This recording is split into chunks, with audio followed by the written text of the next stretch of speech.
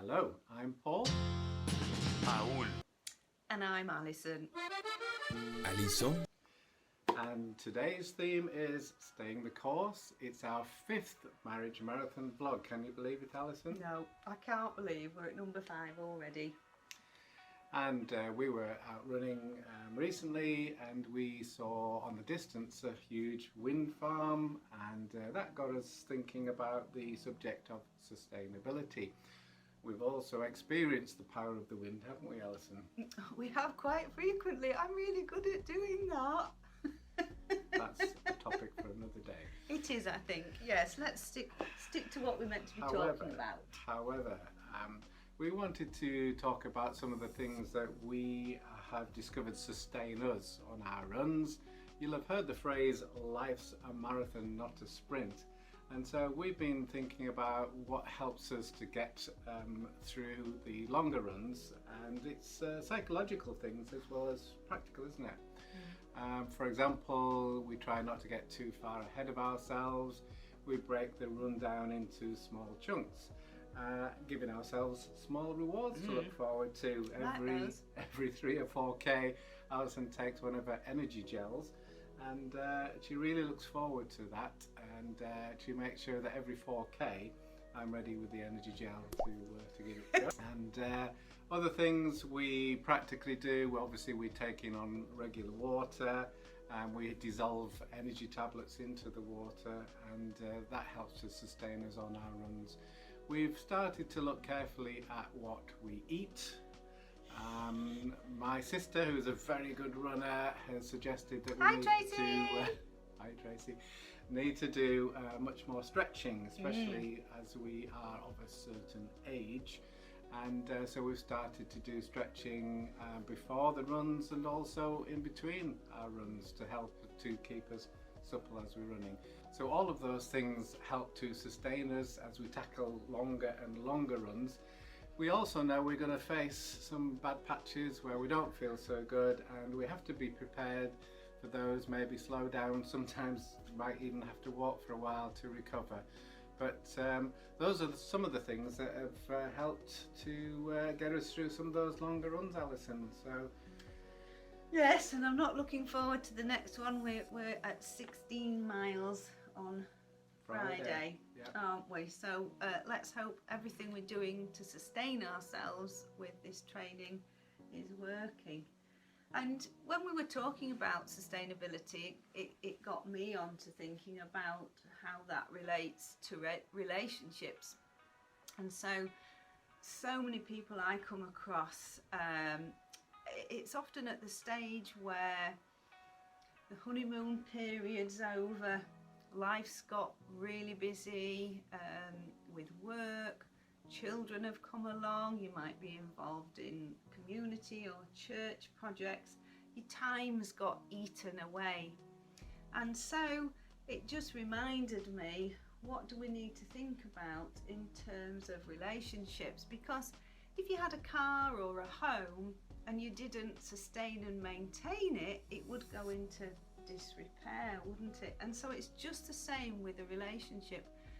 A relationship needs care and attention, maintenance in order for it to keep working, and not just working. I think most of us don't want a working, functional relationship. We want a thriving relationship, don't we?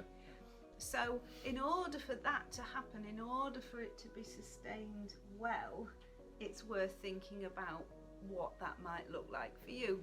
So I've got just a couple of ideas, really, a couple of themes, just to think about, really. I often introduce this idea with couples, having a flexible priority list. I'll often say to couples, oh, what's at the top of your list? And usually it's the children or work. And I say, oh, why? And they look at me and go, well, isn't it supposed to be? And so we have this usually quite interesting conversations around, well, actually, why do we think we've got to have a rigid priority list in order? This is the most important at number 1, this is number 2, number 3, because invariably the relationship has slipped right to the bottom of the list, right to the bottom of the pile. So we introduced this idea of having a flexible one. I can't say it without doing this, I'm afraid. a rotating priority list, so that every day your relationship gets to be at the top for some of the time.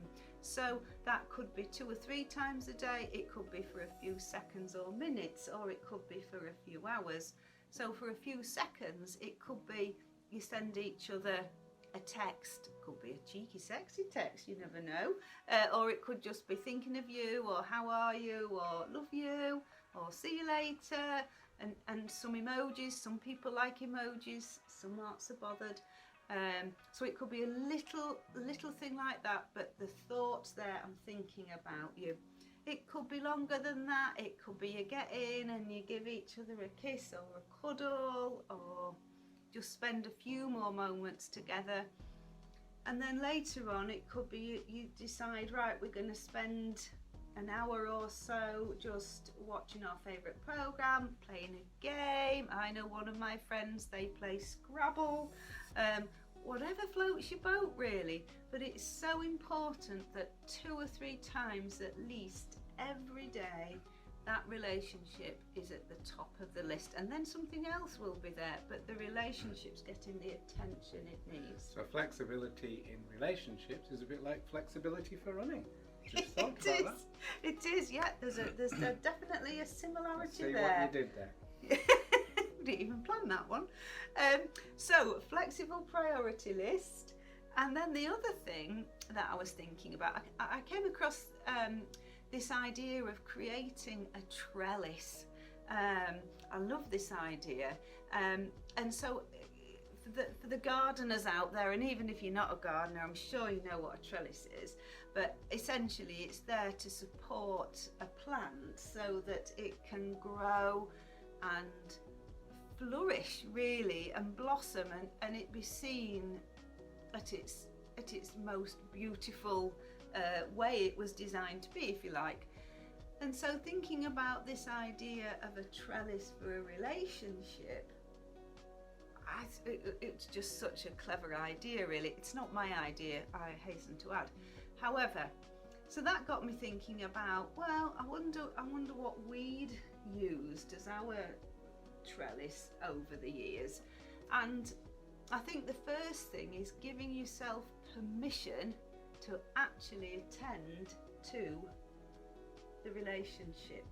So lots of people I work with feel really guilty. They get really guilty about spending time together, especially if life is really busy. But like we've said, if it doesn't get the attention it needs, it's going to start to suffer. So that's the first thing. Give yourself permission to attend to your own relationship.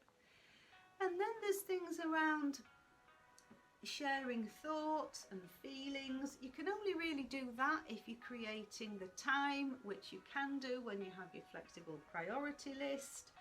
But if you're not creating and making available time for each other, you're not going to be able to talk about not just what's going on in your life, I've done this today, I've done that today, but actually how you're feeling and where you're at, and if you're struggling with something, or actually if something's been really amazing for you.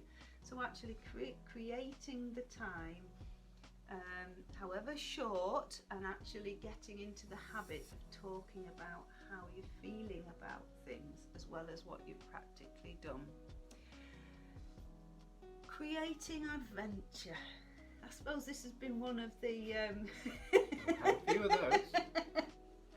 one of the main aspects of us. We were looking at some photographs last night just of recent years, even during COVID, and just the funny things we've done. One of the things we like to do is the things I like to do is fancy dress.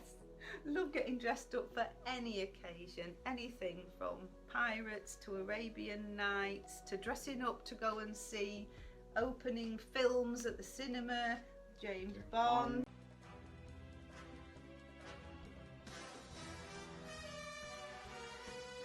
We just turn the funniest, simplest things just into lots of fun, don't we?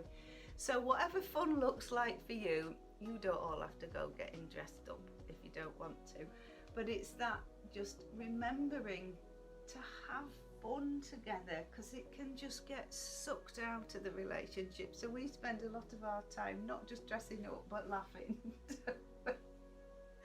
So creating and having fun and having adventures together. And one of the things that stood us in really good stead for about 5 years it was, wasn't it? So, and this is just over 2 years ago, the 5 years before that, Paul worked away midweek, Monday to Friday, which brought its own challenges. But one of the things that sustained us was every night we would video call, wouldn't we? And we'd often be on for up to an hour, just chatting about our day, again talking about how we were feeling as well as what had happened and gone off. And sometimes we'd even message in the day, wouldn't we? Especially if we knew one was feeling a bit down or stressed or there was stuff going on.